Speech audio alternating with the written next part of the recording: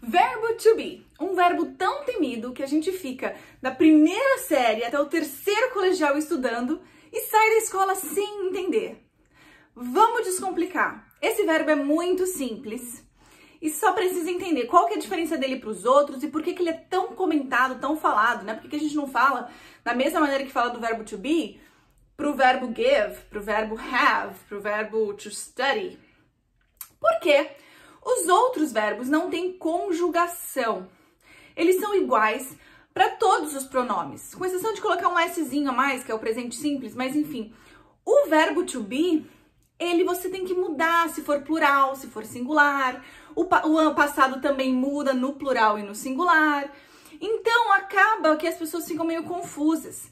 E na hora de fazer pergunta, o verbo to be também muda de posição, então as pessoas ficam assim, meu Deus, e agora? Calma, o verbo to be é muito simples e eu vou te explicar. O verbo to be significa ser ou estar. Então, isso quer dizer to be, ser ou estar, no infinitivo, tá? Então, se eu quero falar que eu sou, eu não vou falar I to be, também não vou falar I be. É aí que a gente vai conjugar este verbo, o que não acontece com os outros, né? Porque o verbo, por exemplo, to study, eu falo I study, you study. No caso do verbo to be, a gente não fala I be, you be. Não, esse verbo conjuga. E é aí que é a diferença, tá? Então tem lá o verbo to be, que significa ser, estar. Então se você vai falar eu sou ou eu estou, o que você vai falar? I am. E quando você vai falar, então, você é ou você está, você também vai falar you am? Não. Vai falar you are. Quando fala ele ou ela, ou algum objeto, né? Isso, aquilo, né? Coisas. Que é o he, she, you, it. Ele, ela ou objeto, coisa, it.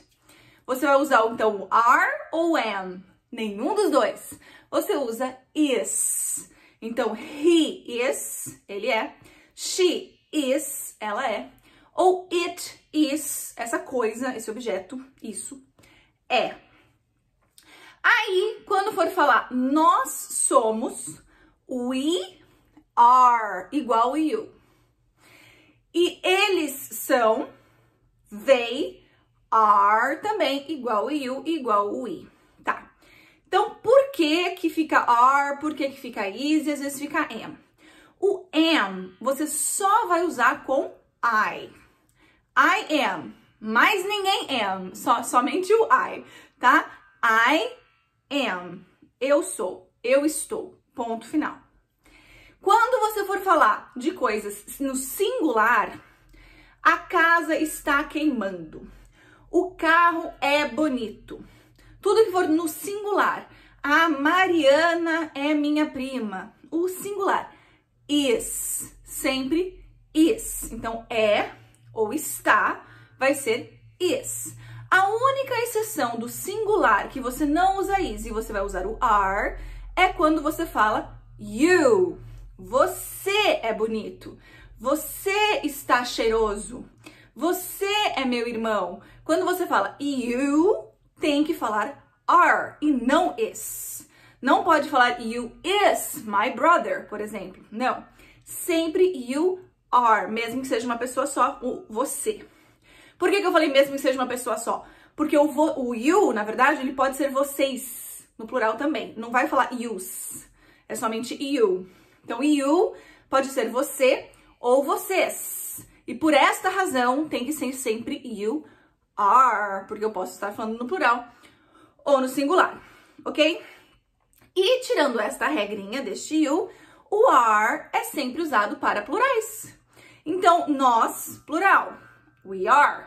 Eles, plural, they are. E se eu for falar de coisas, né, igual it? O it, ele é só singular. É só quando eu falo de um objeto, de uma coisa no singular. A janela está quebrada, o carro é bonito, isso é singular. Agora, se eu for falar as janelas estão quebradas, é plural. Então, eu vou usar o are. The windows are broken. Os carros são são bonitos. The cars are beautiful. Tá? Então, is, singular. Are, plural. Are, para you, quando fala você. E am, para I. I am. You are. Ele, ela ou isso is. Eles, nós, as coisas are. Entendido? Não confunda mais então. Não pode falar you is e não pode falar as coisas, plural de coisas, de objetos, is também, certo? Sempre are e sempre are para you, para você, ok? Aí, quando você for fazer uma pergunta com o verbo to be, o que é uma pergunta com o verbo to be? É uma pergunta que você vai usar o ser ou o estar. Por exemplo, você é minha professora? Eles estão vindo? Isso é legal? Aquele carro é amarelo? Então, tudo que você for fazer uma pergunta com um é, ou um está, ou um são, ou um estão, você vai usar o verbo to be, o is ou o are. E se você for fazer uma pergunta para si mesmo, também você vai usar o am. Por exemplo, eu estou atrasada? Eu sou legal? Tudo que você for fazer uma pergunta assim, né, meio que se referindo a você mesma, você vai usar o am. Nesses casos de pergunta, o am, o is e o are vão para frente do pronome, para frente da coisa que está sendo falada. Então, por exemplo, você está trabalhando? O está vem antes do você. Então fica are you working?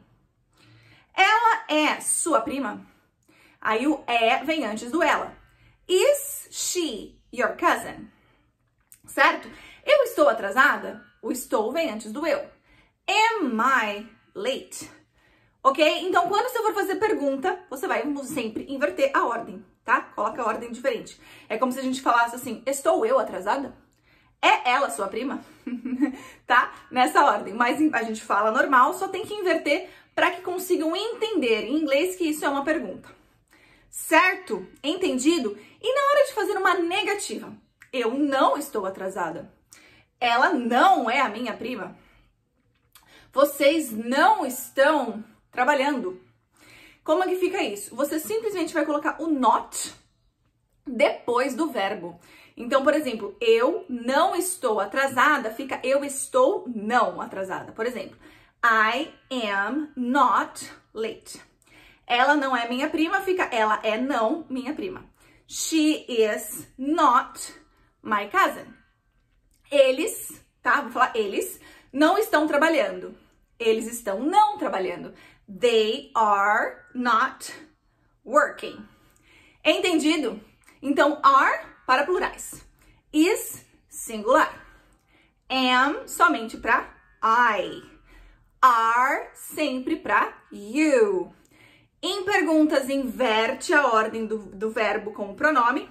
Em negativas, fica na mesma ordem e o not vem sempre depois do verbo.